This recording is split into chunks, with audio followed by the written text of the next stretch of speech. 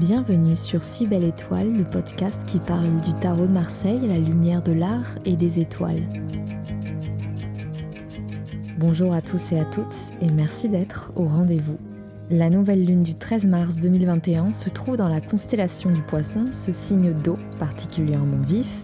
Il sait nager à contre-courant ou en eau trouble et sa capacité à voir en un seul bloc en fait de magnifiques compagnons de vie pour débuter de nouveaux projets où tout est à faire. La crise sanitaire nous a obligés à changer certains modes de vie, certains modes de pensée, voire certaines priorités. La vérité, si crue soit-elle, nous est apparue toute nue. On a ri jaune sur le coup, mais quelle libération! Je pense que ce tirage résonnera différemment selon les étapes de vie dans lesquelles vous êtes.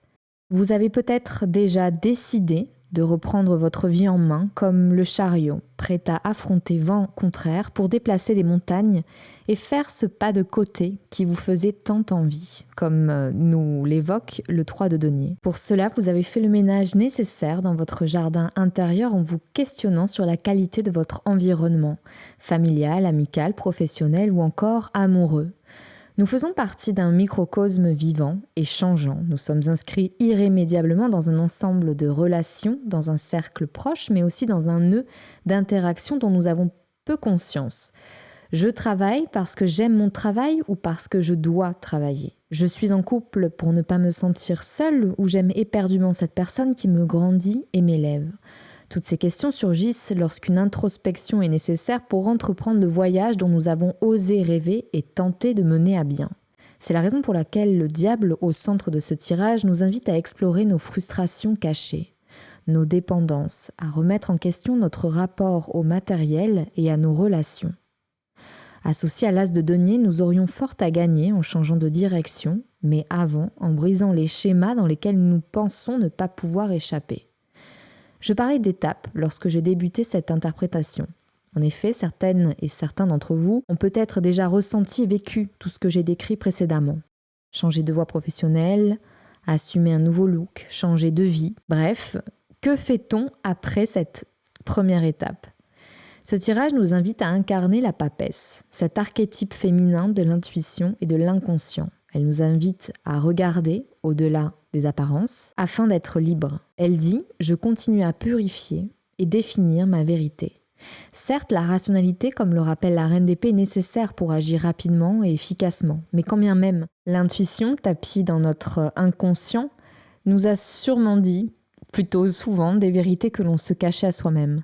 C'est la raison pour laquelle notre intuition est peut-être notre meilleur ennemi, mais avant tout, l'endroit où l'on peut chercher toutes les vérités que l'on n'osait pas se dire en face. Aujourd'hui, j'ai envie de vous parler de Jeanne d'Arc, une guerrière française dont l'histoire a été tronquée, transformée, expédiée au cours des siècles, suivant les enjeux géopolitiques et théologiques qui se jouaient. À l'époque de Jeanne d'Arc, nous sommes en pleine guerre civile, appelée guerre de 100 ans, qui oppose Anglais et Français, une partie de ces derniers s'opposant au roi d'Angleterre, désormais à la tête du royaume de France. Persuadée d'entendre des voix, Jeanne d'Arc, très jeune femme à peine pubère, tente par tous les moyens d'atteindre Charles VII, fils de l'ancien régent Charles VI. Après avoir annoncé les faits qui se sont accomplis, Jeanne d'Arc est prise au sérieux et elle est menée à Charles VII à qui elle dit qu'il sera sacré roi de France après avoir libéré Orléans de l'emprise anglaise. Je vous invite à lire son histoire, dont la fin est funeste, certes, mais cela dépend où l'on situe sa fin. Mais elle est aussi significative d'un destin hors du commun. Cette jeune femme, alors paysanne illettrée, abandonne famille et fiancée pour incarner tout ce qu'il y a de plus éloigné de sa sphère socio-culturelle. Une guerrière qui, après s'être coupé les cheveux et porté des vêtements d'homme, participera à des conseils de guerre au milieu d'hommes plus ou moins respectueux envers elle, et mènera la libération du siège d'Orléans et au sacre de Charles VII, qui gouvernera ensuite pendant près de 38 ans. En regardant au-delà des apparences qui nous entourent, cette nouvelle lune en Poisson nous donne envie de faire confiance à son intuition et de se laisser guider par elle.